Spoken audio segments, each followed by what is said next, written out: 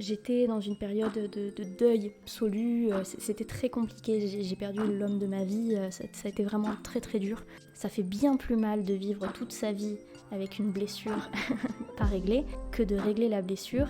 Et on a l'impression que c'est insurmontable, mais en fait, si on le vit, c'est malheureusement, on doit le vivre pour guérir, quoi. Je crois sincèrement aux énergies, au magnétisme, je crois vraiment en tout ça, en notre âme qui a aussi peut-être besoin d'être guérie et qu'on porte, tu vois, des fois le poids de certaines choses qu'on ne peut pas forcément comprendre sur cette terre-là. Je suis partie pendant un mois à Ibiza pour faire ce qu'on appelle une quête de vision. Alors, je n'ai pas la réponse à est-ce que globalement c'est quelque chose de bien, je sais pas, mais en tout cas, dans mon expérience, ça m'a permis vraiment de faire un reset sur ma vie.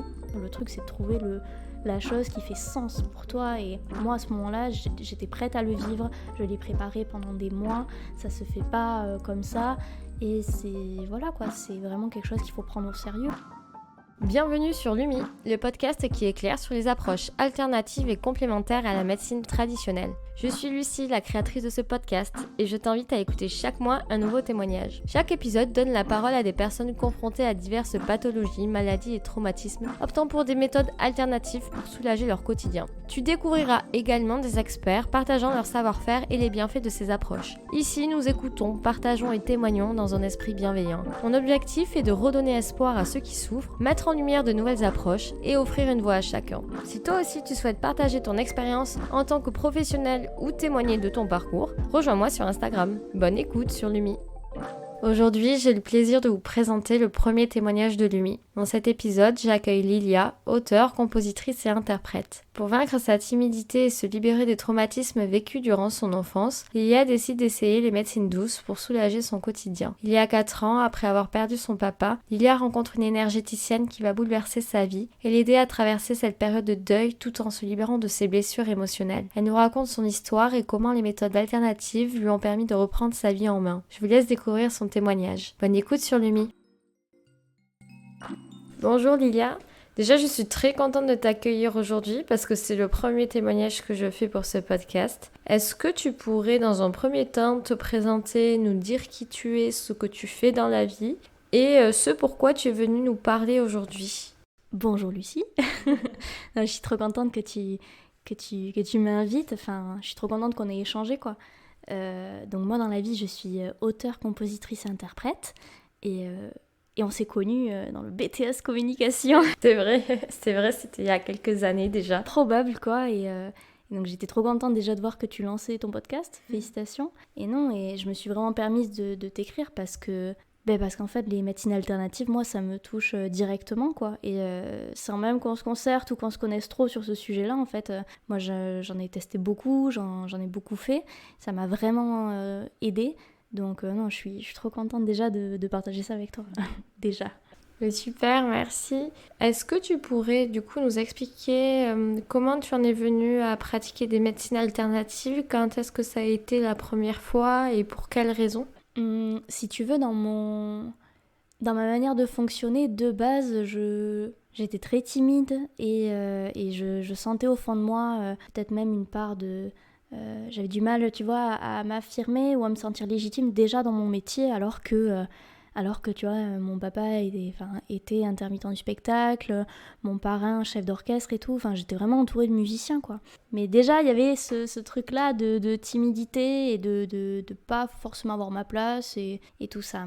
Et dans ma vie personnelle, tu ajoutes cette chose-là avec le fait que quand on vit des choses super dures, que ce soit des drames ou des traumas ou des choses comme ça, forcément c'est comme si on se crée un monde et que plus ça va et plus tu t'enfermes dans ce monde-là. Et au vu moi de tout ce que j'ai vécu et de tous ces traumas-là, mon papa qui me voyait vraiment dans cette détresse-là, c'est vraiment lui, quoi, qui m'a initiée à ça.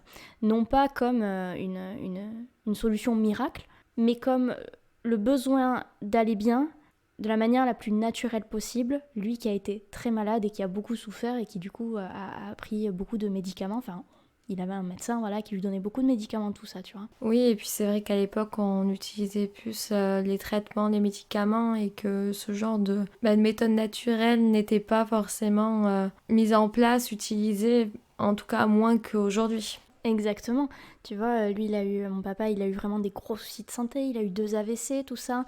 Et donc, du coup, quand tu te retrouves à l'hôpital ou des choses comme ça, on te dit pas forcément. Et d'un autre côté, je dis pas que c'est la solution absolue à un mot MAUX, tu vois ce que je veux dire? Oui, oui, oui, ça vient en accompagnement, en complément. Ouais, c'est ça dépend de chacun, quoi. Et pour ma part, quand j'ai vu toute sa souffrance et surtout qu'il disait rien, je sentais encore plus de légitimité dans ce qu'il me disait et qu'il voulait m'aider, tu vois. Donc je voyais bien que lui, ce dont il souffrait et la manière dont lui, malheureusement, on a essayé de l'aider.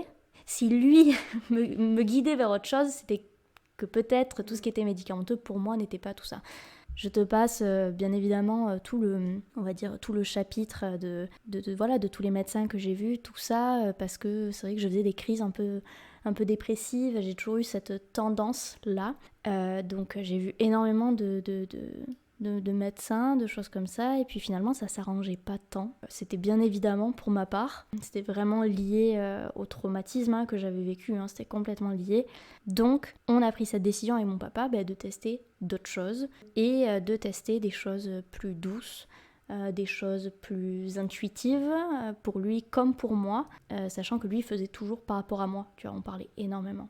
Et je pense que ça aussi, ça m'a aidé, le fait de parler, le fait de juste dire, en fait, là, ça va pas. Ok, ça va pas, pourquoi? Est-ce que tu as mal quelque part? Est-ce que... Déjà ça, c'est un pas hyper important qui t'aide à ensuite à viser au mieux, quoi. Tu vois, si vraiment, c'est tout bête, mais si par exemple, t'as une douleur vraiment précise de quelque chose, on va pas te dire, ouais, peut-être il faudrait que t'ailles voir, faire de l'hypnose, je sais pas. Déjà, c'est important, je trouve, de parler de ce dont t'as mal.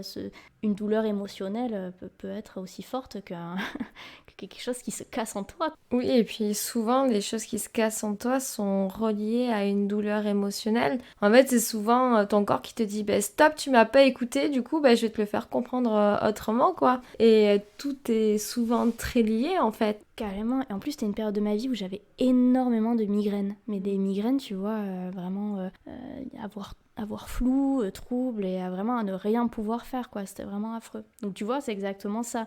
J'avais une douleur physique C'était mon corps qui me disait « Mayday, Mayday, alerte rouge, ça va pas », tu vois.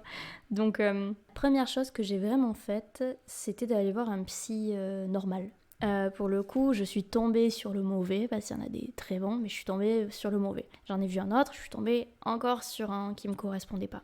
Donc la vie m'a dit, c'est peut-être pas un psy qu'il faudrait aller voir. Et je suis allée voir pour la première fois de ma vie une kinésiologue. Et en fait, ça a été vraiment un bouleversement pour moi, parce que elle m'a parlé de choses qui me parlaient, sans même que je sache si c'était vrai ou pas, tu vois. Elle m'a dit des choses, et mon corps, mais genre... instinctivement, je me mettais à pleurer, tu vois, comme si je m'enlevais d'un poids et d'un poids et d'un poids. Et j'en ai été voir deux différentes qui m'ont vraiment permis de me libérer. Et en fait, tout le mal que j'avais en moi, mais c'était des émotions refoulées, en fait. C'était toutes les choses très dures que j'avais vécues. En fait, c'était un mal-être, quoi. Et je gardais tout pour moi, et donc t'ajoutes à ça ma timidité. Bref, c'était vraiment un package d'une petite fille qui en avait trop gros, quoi, sur la patate et qui était pas bien, quoi. Tu vois, un malheur, on va dire un malheur général. C'était vraiment ça. Ça m'a permis d'enlever, tu vois, couche après couche, les choses. Et puis après, très très vite après, il y a eu de l'hypnose. Parce qu'au-delà d'enlever couche après couche et de, on va dire, réhabituer le corps à des émotions un peu plus joyeuse, tu vois. C'est la première fois que quelqu'un me disait vraiment mais non, mais c'est pas normal de tout le temps être malheureuse, tu vois, c'est tout bête, mais qu'un professionnel te dise en fait toutes les émotions que t'as là, il faut pas s'y habituer, quoi. Donc il y a eu ça, après il y a eu l'hypnose pour un traumatisme très précis qui s'est passé, tu vois, sans trop dire à la personne qu'est-ce que j'avais vécu, elle a mis le doigt exactement sur ce que je refoulais et que je gardais en moi. Donc pareil, c'est vraiment des choses qui m'ont permis, c'est très contradictoire et d'un autre côté c'est ça, c'est des choses qui m'ont permis avec une douceur extrême, d'enlever des choses, mais intenables, tu vois, et d'alléger mon corps, couche par couche, étape par étape. C'est vraiment comme ça, en tout cas, que les médecines alternatives m'ont permis de dealer avec des trucs hyper hard et hyper extrêmes, de manière super douce, quoi. Oui, c'est ça. Des fois, ça nous permet aussi d'affronter des choses qu'on pense être insurmontables et avec un peu d'aide, finalement, on passe avec le temps. Est-ce que tu aurais un cas précis dont tu voudrais nous parler ? Alors, personnellement, du coup, bien évidemment, hein, mais je te dirais que... alors, il faut savoir aussi que la personne que j'ai trouvée, qui est dans ma vie, est vraiment quelqu'un de exceptionnel, quoi. Qui est vraiment incroyable, Amaya Etchart. Et donc, pour le coup, si elle entend ça, elle va détester que je dise ça, mais pour moi, elle m'a vraiment sauvé la vie, sincèrement. C'est-à-dire que pour moi, il n'y avait que du flou, il n'y avait que du noir.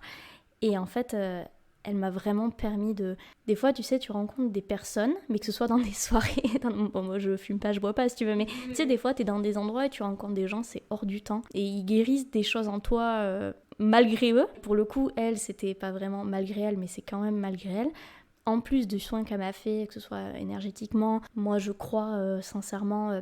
aux énergies, au magnétisme, je crois vraiment en tout ça, en notre âme qui a aussi peut-être besoin d'être guérie et qu'on porte, tu vois, des fois le poids de certaines choses qu'on ne peut pas forcément comprendre sur cette terre-là, mais je sens sincèrement qu'elle m'a compris, quoi. Elle m'a sincèrement compris, donc le cas précis dont j'ai envie de te parler, c'est...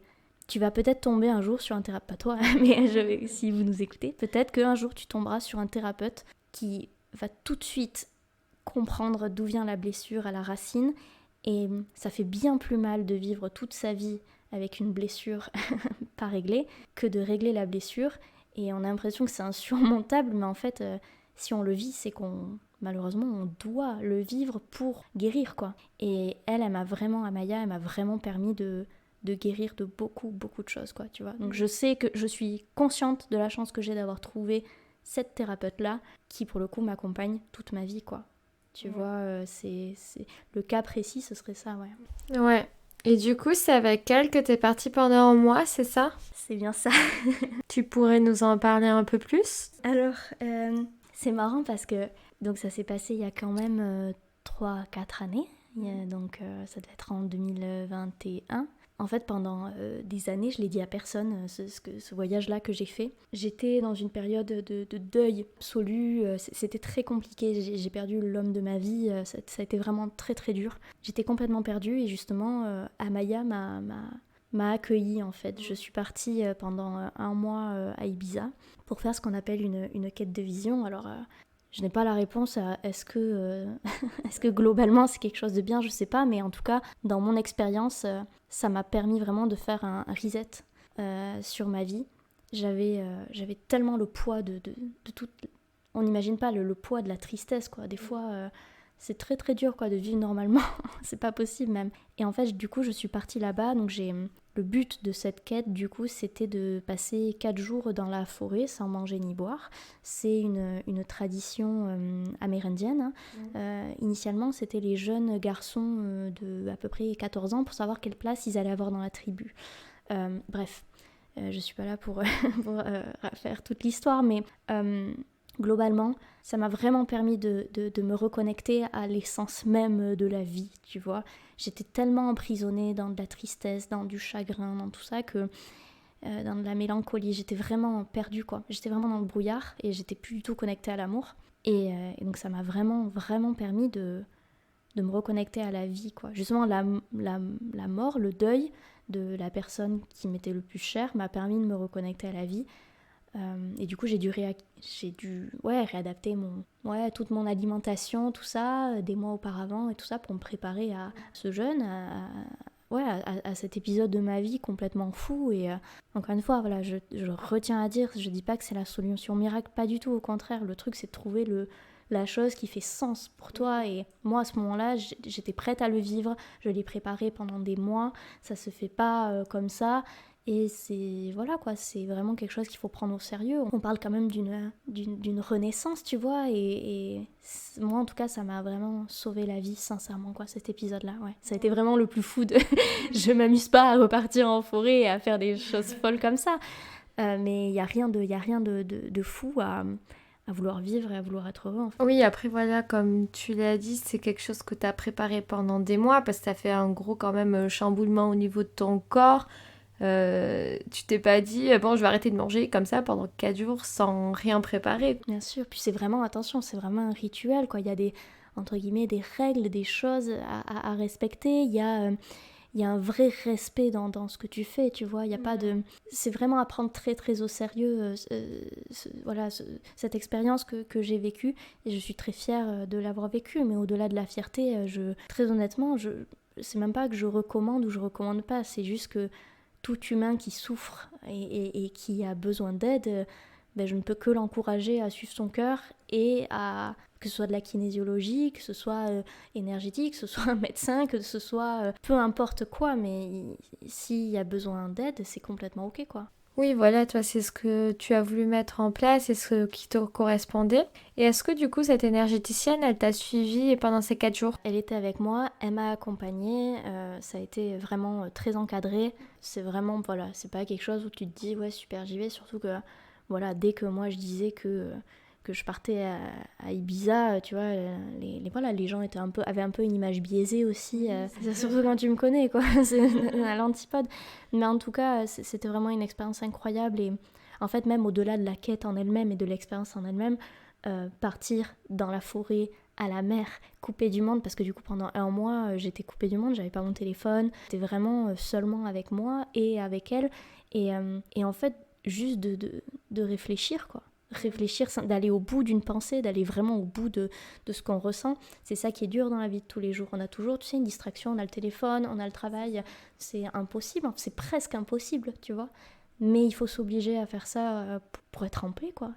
Pour trouver un peu la paix comme on peut, quoi. Et puis c'est ça, en fait, avec notre époque, les téléphones, les réseaux, en fait, c'est tellement facile de passer à autre chose et d'essayer de se distraire. Mais en fait, quand vraiment on doit s'y plonger, c'est difficile. En vrai, c'est compliqué de se dire, il faut que j'arrête de me distraire et il faut vraiment que je me mette en face de ce que je ressens, quoi. Oui, et puis selon la nature de chacun, t'as raison, quoi. On réagit différemment. Il y en a qui sont plus des fonceurs et qui vont aller tête baissée, d'autres qui au contraire vont pas vouloir ou pouvoir, tu vois, ne pas avoir les ressources d'affronter justement quelque chose qui est dur. Enfin, tout est complètement compréhensible, quoi. Hein. C'est dur. Oui, et en plus, il n'y a pas de bonne ou de mauvaise manière de gérer les choses. C'est chacun le fait comme il peut et comme il le sent. C'est exactement ça. C'est pour ça que même, par exemple, quand on entend les expériences de chacun comme la mienne, c'est à prendre avec des pincettes parce que mon expérience m'est propre et mes ressources me sont propres et mes traumas, mes expériences font une sorte de quelque chose de très unique qui fait que on ne peut avoir que compassion et empathie pour les gens autour de nous qui vivent aussi des choses dures. Donc le conseil, c'est juste d'essayer de prendre du temps pour soi et oui, de s'accorder quoi. S'accorder un peu de paix. Mon frère, il me dit tout le temps, mais fous-toi la paix. Mais sincèrement, pas en mode à prendre à la légère. Non, vraiment, fous-toi la paix. Accorde-toi du calme, accorde-toi de l'amour, accorde-toi... Et en fait, c'est tout bête, mais c'est tellement vrai. Et du coup, Amaya, tu continues à la voir de temps en temps. Du coup, cette énergéticienne, elle t'accompagne encore dans ta vie? Oui, je la vois vraiment... en fait, plus le temps avance et plus j'essaie d'écouter mon corps, tu sais. Après, encore une fois, il y a la vie de tous les jours, il y a le travail, il y a toutes ces choses-là, mais le but, c'est aussi d'être le plus connecté à soi, quoi, et de savoir être ok avec ses besoins. Et donc, c'est vrai que, alors, on est toujours en contact, hein, tout le temps, et c'est, on va dire, c'est ma thérapeute number one, en plus, parce que je l'aime énormément en tant qu'humaine, au-delà de la thérapeute qu'elle est. C'est vraiment quelqu'un d'exceptionnel, quoi, sincèrement. Et par contre, tu vois, ici, vu qu'on est sur la côte basse, les moments où je sens que justement je me renferme un peu, ou en tout cas J'essaie de faire en sorte que mes proches ne soient pas trop impactés, donc ça c'est mon truc à moi, mais de faire en sorte que mes proches ne soient pas trop impactés par ces pensées qui peuvent revenir et qui peuvent être dures, tu vois, de tristesse, quand la tristesse revient de manière trop forte. J'ai trouvé quelqu'un sur la côte basque, une psy, et j'ai décidé de redonner une chance aux psy, puisque c'est pas une psy quelconque, c'est une psy qu'on appelle Gestalt, donc c'est une spécialité de psychologue, hein, c'est une sorte de corde, tu vois, qui est vraiment pour moi sincèrement hein, le parfait juste milieu entre un psy que tu vas voir, avec qui tu parles et qui t'écoute, et quelqu'un qui en face de toi se positionne en fait. Et une psy telle qu'elle, c'est la première fois de ma vie qu'on me disait, hors kinésiologue qui m'avait dit mais c'est pas normal de souffrir, ça a été la première qui m'a vraiment dit mais vous vous rendez compte que c'est elle ça m'avait choquée. Elle m'avait dit mais vous vous rendez compte que votre vie, elle n'est pas normale. C'est normal que vous soyez triste. Votre vie, elle n'est pas normale. Et là, t'as quelqu'un de complètement extérieur à ta vie qui te connaît pas et qui en fait est là en mode mais c'est ok, tu vois. Et waouh. Oui, et puis c'est vrai que de l'entendre de quelqu'un de complètement extérieur à ta vie et quelqu'un qui est neutre, on va dire, bah ça te chamboule un peu quand même. Ça te fait remettre en question.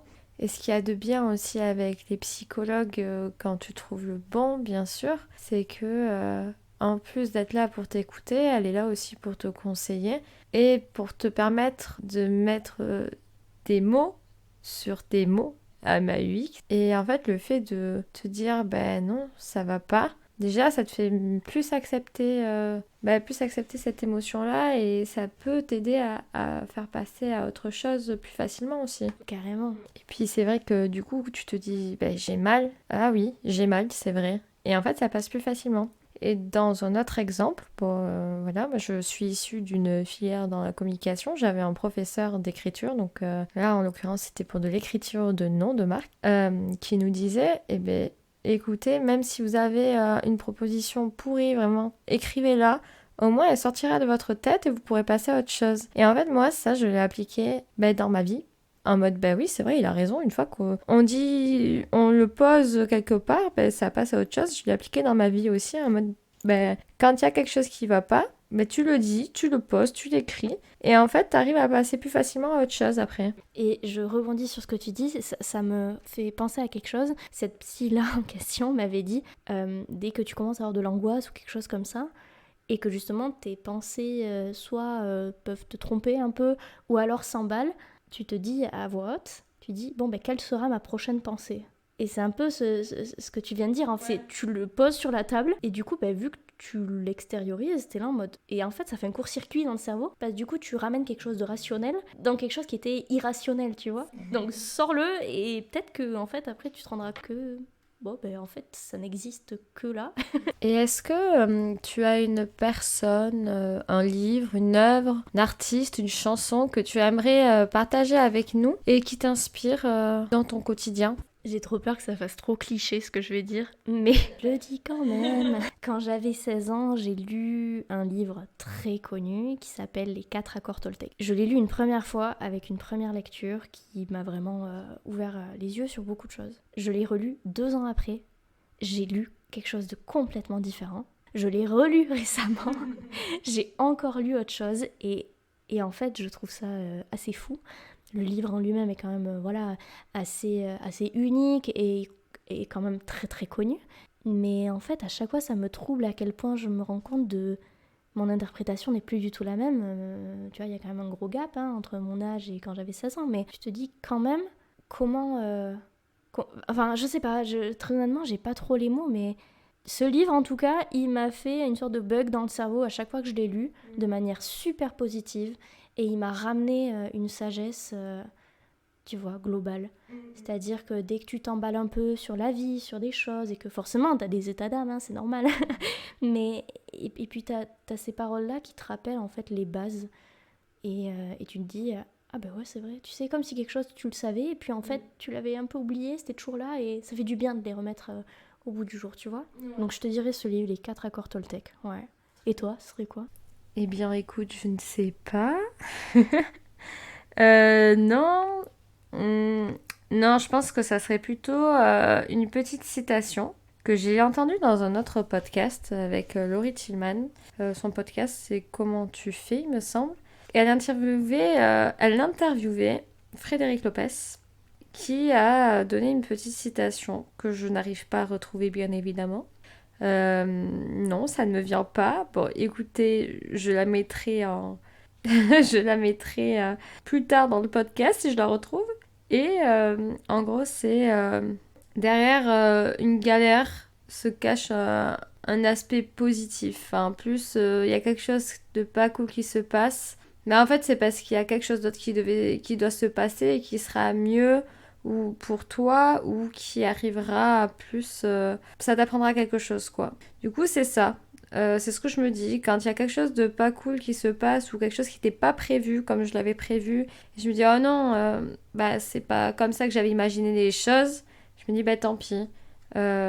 Écoute, c'est qu'il y a quelque chose d'autre qui devait se passer et voilà, et ça t'apprend à voir les choses d'une autre manière. Voilà, ça serait peut-être plus ça mon truc. Et est-ce que tu veux ajouter quelque chose pour conclure cet épisode? Ce que je pourrais ajouter, j'ai l'impression que c'est des banalités, tu sais, mais pourtant, je pense que ça fait du bien de le réentendre, et c'est une note à moi-même surtout.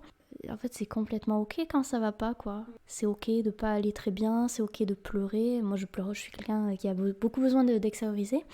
Et je pleure beaucoup en cachette. Et en fait, j'ai quelqu'un dans ma vie actuellement qui est exceptionnel et qui m'apprend justement à être ok, tu vois, avec cette tristesse-là. Et c'est ok, quoi. C'est vraiment ok quand ça va pas. Et vraiment, objectivement, tout va bien. Mais vraiment, tout va bien. Tout va bien. Je pense que je te dis aussi ça en ayant vécu des choses très lourdes et très dures, hein, et en sachant justement à quel point la vie peut être dure et à quel point elle peut être... justement, moi je pensais que la vie pouvait être très injuste, très dure, mais exactement comme tu l'as dit, moi j'ai cette phrase en lien avec ce que tu as dit, mais Dieu donne ses meilleurs combats à ses meilleurs soldats.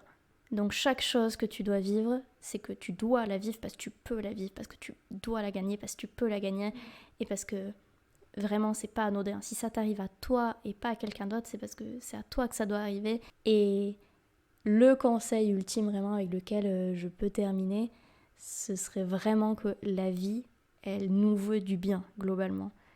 Vraiment, la vie te veut du bien, la vie me veut du bien. Et c'est pour ça que je dis tout va bien, entre guillemets. C'est que ça veut pas dire que c'est toujours rose et que la vie est forcément quelque chose d'incroyable. Mais en tout cas, essayons de faire en sorte de ne pas oublier que la vie nous veut du bien. Et même les choses dures qu'on vive, c'est que la vie nous veut du bien. J'ai lu hier quelque chose d'hyper intéressant qui disait...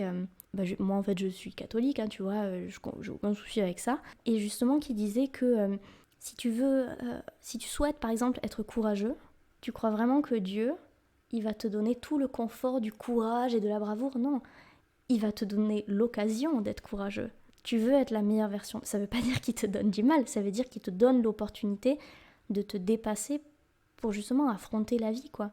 Et à partir du moment où j'ai compris, ou en tout cas j'ai ancré ça en moi après tous ces deuils et après toutes ces injustices que je pensais qui ne sont pas des injustices, ben tu te dis, waouh, tu regardes en arrière et tu te dis, ok, en fait, la vie me veut du bien, ça n'a aucun rapport. Et vraiment, ça va aller, tu vois. Ce serait ça mon credo. Eh ben super. Du coup, je te remercie. Ben non, merci à toi. J'espère que j'ai pas fait que dire des choses. Enfin, tu vois, moi j'aurais trop voulu entendre, tu vois, toi. Qu'est-ce que tu penses de tout ça? Toi, ce serait quoi du coup? Je sais pas, ta citation de fin, ton credo à toi, ou une leçon, tu vois, que... Alors, je sais pas. Je sais pas, tu me prends au dépourvu. Ou une leçon, tu vois, que t'as tirée même récemment. Non, mais ce que je pourrais dire, c'est que quand il t'arrive quelque chose au niveau du corps, c'est qu'émotionnellement, en fait, tu t'es pas assez écouté et que du coup, ton corps te dit, stop, en fait, là, t'es arrivé au bout et il va peut-être falloir prendre soin de toi. C'est ce que j'ai pu expérimenter ces dernières années, bon, avec rien de très grave, hein, mais qui a été assez pénible. Et c'est vrai qu'en fait, il faut être bienveillant envers soi-même. on est bienveillant envers les autres plus facilement qu'envers soi-même. Et c'est vrai que y a personne d'autre qui pourra mieux te traiter que toi-même. Du coup, dès que on s'écoute pas vraiment, le corps il est là pour rappeler et pour dire stop en fait, ça suffit. Maintenant il va falloir prendre soin de toi. Et fous-toi la paix. C'est ça, et c'est ça, sois bon avec toi parce qu'il y a personne d'autre qui le saura mieux que toi-même. Ouais. Et voilà, et du coup je suis super contente. Déjà aussi que tu aies eu un peu de temps pour répondre à ces questions dans ton emploi du temps qui est bien chargé. Ouais, on va dire que la vie a fait que pareil, ça calait, tu vois, j'avais pile 1 heure. Parce qu'aujourd'hui tu sors ton EP, c'est ça? Ouais.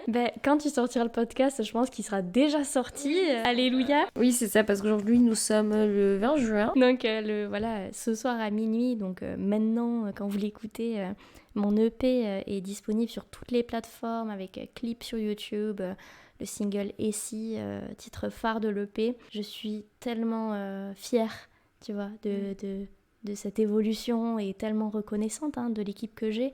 Ça n'a pas été simple tous les jours, mais justement tu relis ça au fait de pas forcément s'écouter et tu vois.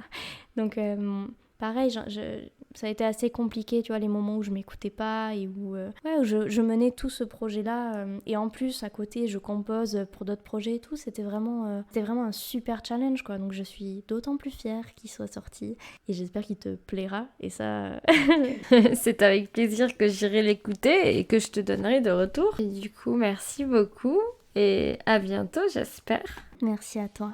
Et donc la fameuse phrase que je n'ai pas réussi à trouver pendant l'interview avec Lilia était derrière un tant pis, il y a toujours un tant mieux. Donc c'est une phrase qu'évoque Frédéric Lopez durant son interview avec Laurie Tillman dans le podcast Comment tu fais. C'est un épisode qui parle de l'autocompassion. Je vous recommande vraiment de l'écouter, c'est très intéressant. Je remercie encore une fois Lilia d'avoir participé à cet épisode. C'était le premier témoignage que je faisais pour Mimi. C'est jamais évident de passer en premier, surtout quand il s'agit de parler de sa vie personnelle et intime. Donc pour ça, vraiment, je la remercie. Pour tous ceux qui seraient intéressés pour écouter ses chansons et l'EP dont on parlait dans le podcast, vous pouvez la retrouver sur Instagram avec son compte Lilia Officiel. Elle est également présente sur toutes les plateformes audio. Et pour tous ceux qui aimeraient témoigner également, je rappelle que c'est possible de le faire anonymement parce que je sais que c'est pas forcément évident, surtout quand il s'agit de parler de sa vie personnelle. Donc n'hésitez pas à me contacter sur Instagram pour avoir un peu plus d'informations. C'est avec plaisir que je répondrai à toutes vos questions. Cet épisode t'a plu? N'hésite pas à le partager autour de toi. Il est disponible sur toutes les plateformes audio. Et si toi aussi tu souhaites témoigner de ton parcours et de ton quotidien, alors contacte-moi sur Instagram.